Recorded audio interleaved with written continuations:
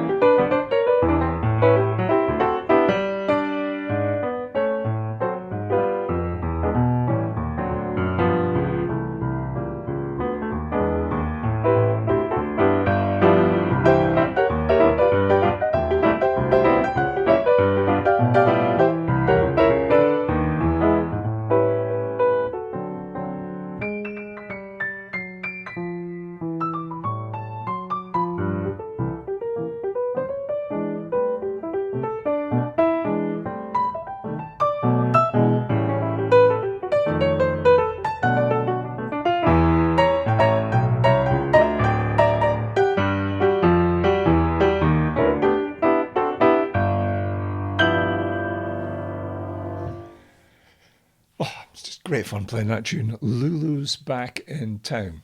Now, Fats Waller was one of the greatest jazz pianists, and there's a big connection between him and the composer of this next piece I'm going to play. I'm talking about Dave Brubeck, and the connection is handspan. As you're watching this, I've got a reasonable handspan for a pianist, in that I can stretch fairly easily a tenth, that is C to E. That's a fairly easy stretch. What's harder is C sharp to F. That's difficult for me. But Fats Waller and Dave Brubeck both could stretch from C to this note G. That's huge, huge hands. And I had the pleasure of meeting Dave Brubeck when he came to a hotbed of jazz, Lochgelly, in the early 80s. I took a party of Fife Youth Jazz Orchestra players to hear Brubeck, and he was fantastic. I met him afterwards, shook hands with him, and my hand disappeared into his. It was like shaking hands with a bunch of bananas. Brubeck could not have been more gracious, kindly and helpful. I gave him a copy of the book which I had just written, and he said, yeah, I'll have a look at that. And a week later, he sent me a personal letter saying, Richard, well done, thank you. Use my name. Regards, Dave. Wow. So I have the greatest respect for the man, Dave Brubeck, but also a great love of his music. So now I'm going to play one of his most beautiful pieces called In Your Own Sweet Way.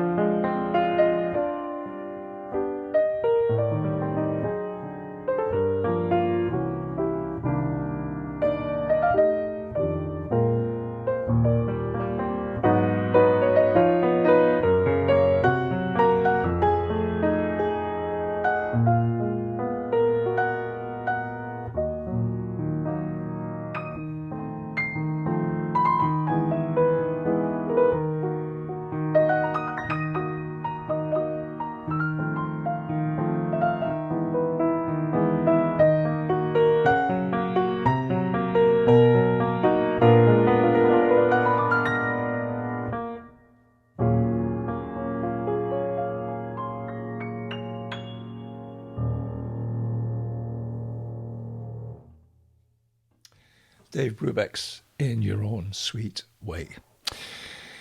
Now, part of my development as a teenager was I was heavily into rock and roll. First music I learned to play was Scottish country dance band music in my dad's Scottish country dance band, and in his concert party. But as I moved into teenage years, I got really into rock and roll, and all I wanted to do was to play the guitar. And I loved playing the guitar, so much so that kind of everything, schoolwork, everything went haywire. All I wanted to do was play rock and roll. And I was a huge fan of the Beatles. And I would record all their music and figure out the chords and teach the tunes to my pals at school. So here's a little throwback to these years, and 3 tunes made famous by the Beatles, written by Paul McCartney and John Lennon. And let's see what happens here. Here we go. 1, 2, 1, 2, 3, 4.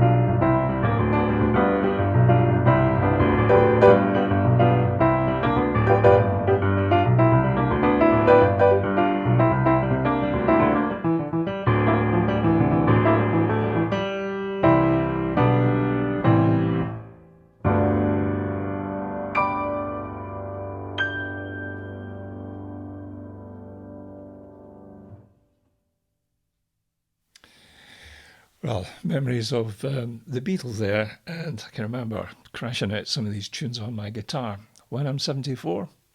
And then I finished up by playing Blackbird, and in between the two, I put in Yesterday. Great, absolute great tune. So much for the Beatles. I'm going to think about trains just now, because when I put aside the guitar and started seriously working at the piano, I loved the music of Duke Ellington. But the first big band music I heard, of course, was the music of Glenn Miller. And a tune that I always loved was the Chattanooga Choo-Choo. And when I started teaching at Beath High School, I did arrangements of When I'm 64, and also the Chattanooga Choo-Choo. So here's a little train type thing here, and bringing back memories to me of a great time. I had a fabulous choir at school, the Beath Singers, and if any of them are watching this, then I learned so much from writing the music, because I wrote everything. It was the kind of process of discovery, of figuring out how do you do it. Well, you just sit down and you write and you write and you write. So here's the Chattanooga Choo-Choo, a little bit of a train sound.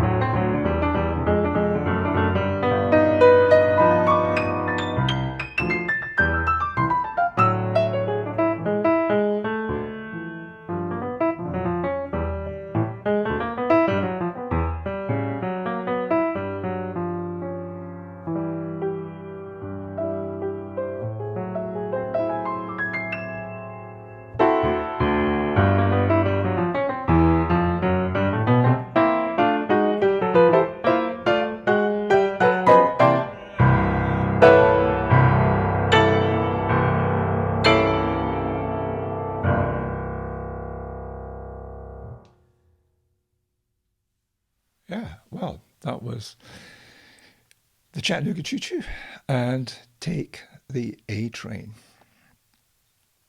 Now, when I was at school, I was at MCCARTNEY in Stonehaven, and I was a very, very misunderstood teenager. I didn't really respond to the exhortations of my teachers to study French, English, maths, all that, history. I was just totally involved in music. And my saving grace was a music teacher came to Stonehaven called David McGinnigal, who absolutely changed my life because he got me off the rock and roll by letting me hear a great British jazz pianist called Dudley Moore.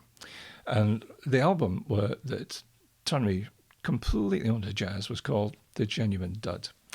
And listening to it now, more than half a century later, I still get that same buzz. And it was to do with the way that Dudley played the piano. He had a way of just getting a grunting sound out of it, like this.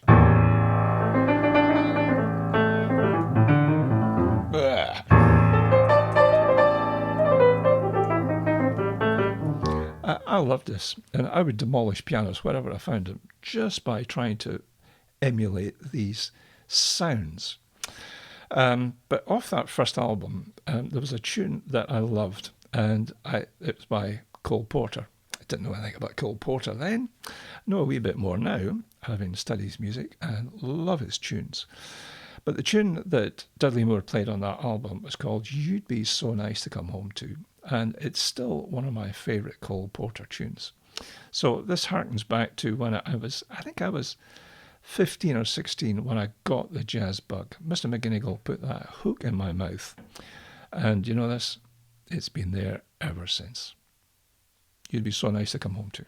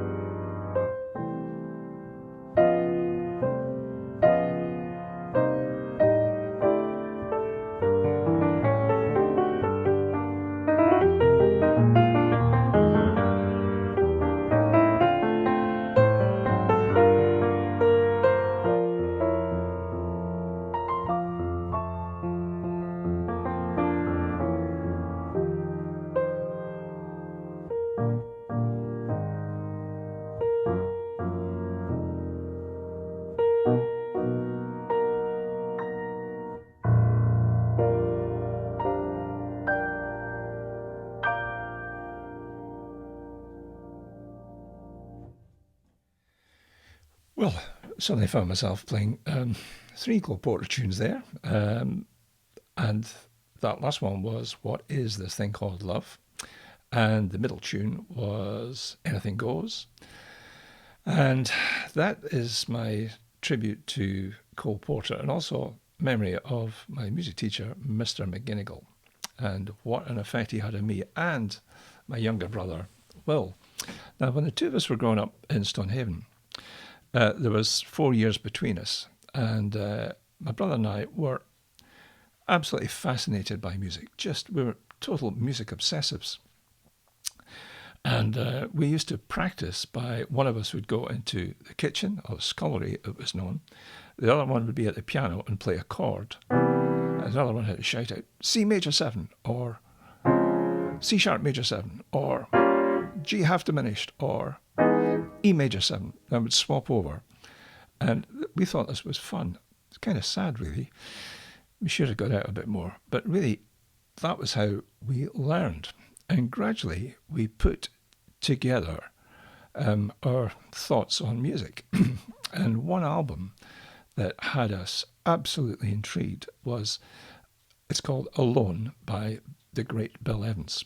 If you buy one solo piano album, it's got to be this one, because there's a track on it, Here's That Rainy Day, that when we bought it and we played it, and it cost me then 29 and 11 pence, which was nearly $1.50 in today's money.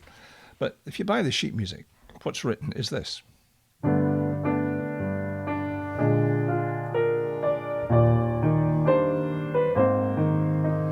And that's okay. But when you listen to Bill Evans, what he does is this.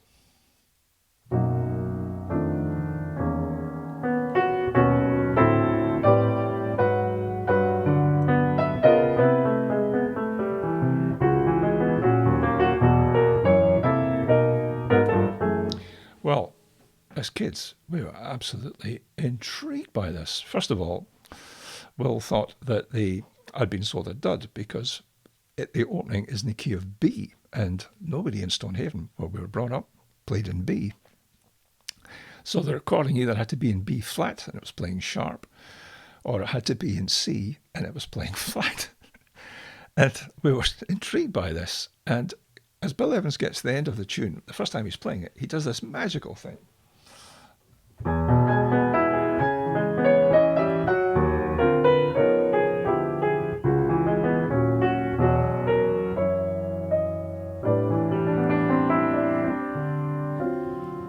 And he leads you off in a different key. And then we thought, oh, this is absolutely amazing. How on earth does he do it? And I've been trying to figure that out ever since. But the two of us spent hours, weeks, months, with one of us at the record player dropping the needle on the record and the other one at the piano trying to figure out the chords. And in so doing, we actually taught ourselves harmony. And we gradually pieced together how jazz music works. So I'm going to show you that, demonstrate that on a tune that Will and I both played a lot on, and it's called Autumn Leaves. And when I was a music student, I was playing this Bach saraband, and I absolutely loved it. It starts like this. And I was intrigued by that second chord. Oh, something so beautiful about it. And it's just a minor chord, but it's got this added bit in it. And I thought, that's the same chord you find in Autumn Leaves. And instead of playing Autumn Leaves like this, you could use the Bach chord and get... And you can move it down and get... You could get a bit of Wagner, a bit of James Bond. So Will and I, we were doing this mix and match thing, and he came up with the idea that with your left hand, you could do this, and repeat that down a bit, and repeat that down a bit again. And if you fit it together with the right hand, you got this.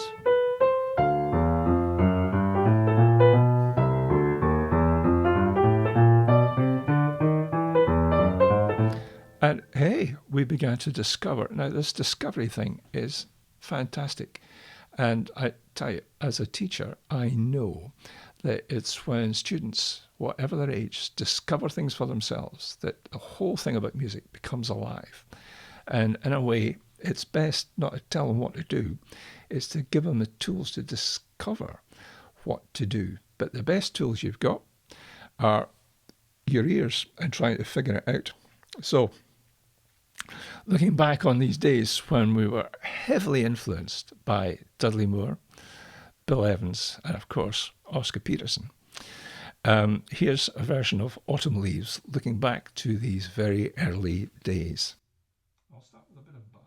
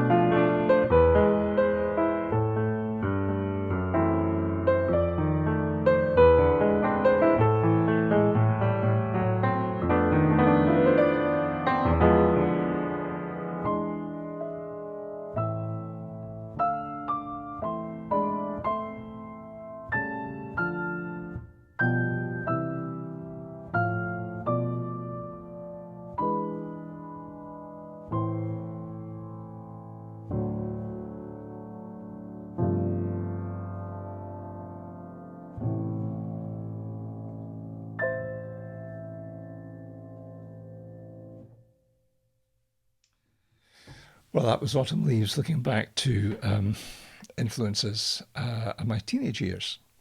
Now, when I went to music college, what was then the Royal Scottish Academy of Music and Drama, I had a piano teacher called Margaret Evans. And Margaret Evans stood no nonsense from anybody, and she was exactly the teacher I needed.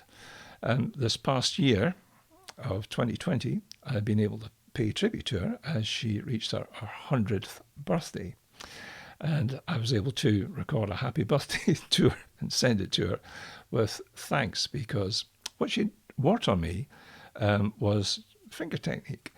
And when I last saw her, which was 4 years ago, and I told her that I was practicing every day and I was working, and she said, "Well done, dear." She says, "I carried on practicing until I was 87. What a great example. So I've still got actually quite a bit to go. But I'm going to use these fingers now to explore another aspect of the work which I do, which is as a church organist. Now, I've got one philosophy as a church organist, that you've got to send them out with a smile. Send them out with a smile. There's enough misery in the world without bringing it into the church. So when I play tunes, I like to see people grooving. So so here's a few very well-known tunes from that well-known gig book, CH4. And let's just see what happens when I start to just mess around with the greatest of respect with them.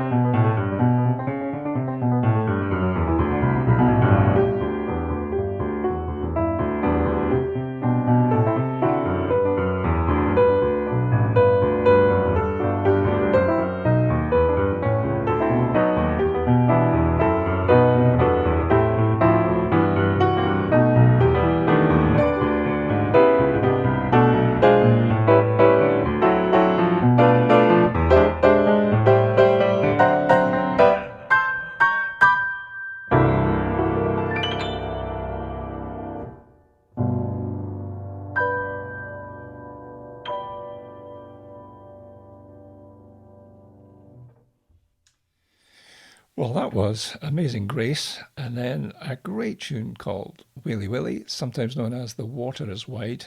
using Bill Evans' technique of modulating down a major third. I'm sure you spotted that. And then finally, my treatment of great tune, the Old Hundredth. And usually when we do these, play at that speed in church, we've got heart monitoring equipment at the ready, just in case. Okay, well, it's great fun playing all this music for you. I'd like to play something that's just a little out of the way for a jazz musician to play, and it's a children's tune. And I love watching children's programs. The benefit of having these wonderful grandchildren we have is that we get to watch these programs with them. And my favourite, beyond shadow of a doubt, is this one. 1, 2, oh, 2, 3.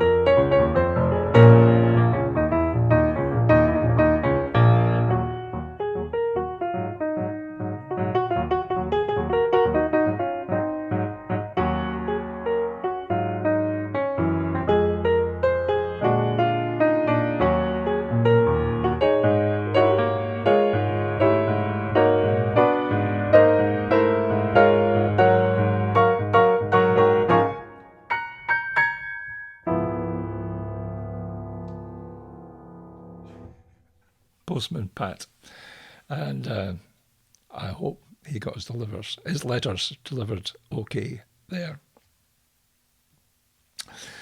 Okay, I'm coming to the end of this informal concert from my home here in Kirkcaldy, because no gigs at that moment because of still the effects of the virus. I should be doing all these gigs at the Edinburgh Fringe. I should be going to hear the Edinburgh Festival Chorus singing, and none of that's happening just now. So I hope you've enjoyed this concert. I hope to do more like this in the future. If you want to hear more, I've got various CDs that are out. You can get them on Amazon, iTunes, Bandcamp, Spotify, and and I've also got a lot of stuff on the Radio Scotland on Jazz Nights. I'm going to finish up by, again, going back to music from my school days, and that's the music of Burns. And the tunes of Burns, I think, are great, but I must admit, didn't enjoy Burns when I was at school. We were force-fed the stuff, had to learn it.